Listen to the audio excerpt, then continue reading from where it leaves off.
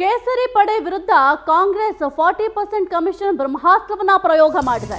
BJP ವಿರುದ್ಧದ 40% commission ಆರೋಪದ ತನಿಖಾ ವರದಿ ಸಲ್ಲಿಕೆಯಾಗಿದೆ. ಕೇಸರಿ ಪಡೆಯ ವಿರುದ್ಧ ಕಾಂಗ್ರೆಸ್ 40% ಕಮಿಷನ್ ಬ್ರಹ್ಮಾಸ್ತ್ರವನ್ನ ಪ್ರಯೋಗ ಮಾಡಿತ್ತು. ಬಿಜೆಪಿ ವಿರುದ್ಧದ 40% ಕಮಿಷನ್ ಆರೋಪದ ತನಿಖಾ ವರದಿ ಈಗ ಸಲ್ಲಿಕೆಯಾಗಿದೆ. ನ್ಯಾಯಾಧೀಶ ನಾಗಮೋಹನ್ ದಾಸ್ ಸಮಿತಿಯಿಂದ 20,000 ಪುಟಗಳ ವರದಿ ಸಲ್ಲಿಕೆ ಆಗಿದೆ. 5 ಇಲಾಖೆಗಳಲ್ಲಿ 40% ಬ್ರಹ್ಮಾಂಡ ಭ್ರಷ್ಟಾಚಾರ ನಡೀತಾ ಇದೆ.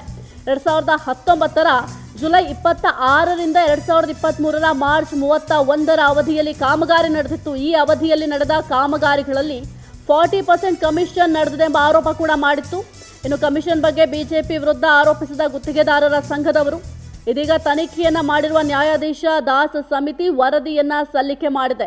ಮುಖ್ಯಮಂತ್ರಿ ಸಿದ್ದರಾಮಯ್ಯಗೆ ವರದಿಯನ್ನ ನ್ಯಾಯಾಧೀಶ ದಾಸ್ ಸಮಿತಿ ಸಲ್ಲಿಕೆ ಮಾಡಿದೆ. ಇನ್ನು ಬಿಜೆಪಿ ವಿರುದ್ಧದ 40% ಕಮಿಷನ್ ಏನಿತ್ತು ಆರೋಪ, ಇದೀಗ ಈ ಆರೋಪಕ್ಕೆ ಸಂಬಂಧಪಟ್ಟಂತೆ ತನಿಖಾ ವರದಿಯನ್ನ ಸಲ್ಲಿಕೆ ಕೂಡ ಮಾಡಲಾಗಿದೆ. ಅದು ಕೂಡ ನ್ಯಾಯಾಧೀಶ ನಾಗಮೋಹನ್ ದಾಸ್ ಸಮಿತಿಯಿಂದ 20,000 ಪುಟಗಳ ವರದಿ ಸಲ್ಲಿಕೆ ಆಗಿದೆ. ಇದರ ಜೊತೆಗೆ ಏನು ಬಿಜೆಪಿ ಸರ್ಕಾರದ ಅವಧಿಯಲ್ಲಿ 5 ಕಾಮಗಾರಿ ನಡೀತಾ ಇತ್ತು, ಈ ಕಾಮಗಾರಿಯಲ್ಲಿ ಬ್ರಹ್ಮಾಂಡ ಭ್ರಷ್ಟಾಚಾರ ನಡೆದಿರೋದು ಅಂತ ಕೂಡ ಸಲ್ಲಿಕೆ ಮಾಡಲಾಗಿದೆ. ಮುಖ್ಯಮಂತ್ರಿ ಸಿದ್ದರಾಮಯ್ಯಗೆ ಸದ್ಯಕ್ಕೆ ನ್ಯಾಯಾಧೀಶ ದಾಸ್ ಸಮಿತಿ ವರದಿಯನ್ನ ಸಲ್ಲಿಕೆ ಮಾಡಿದೆ.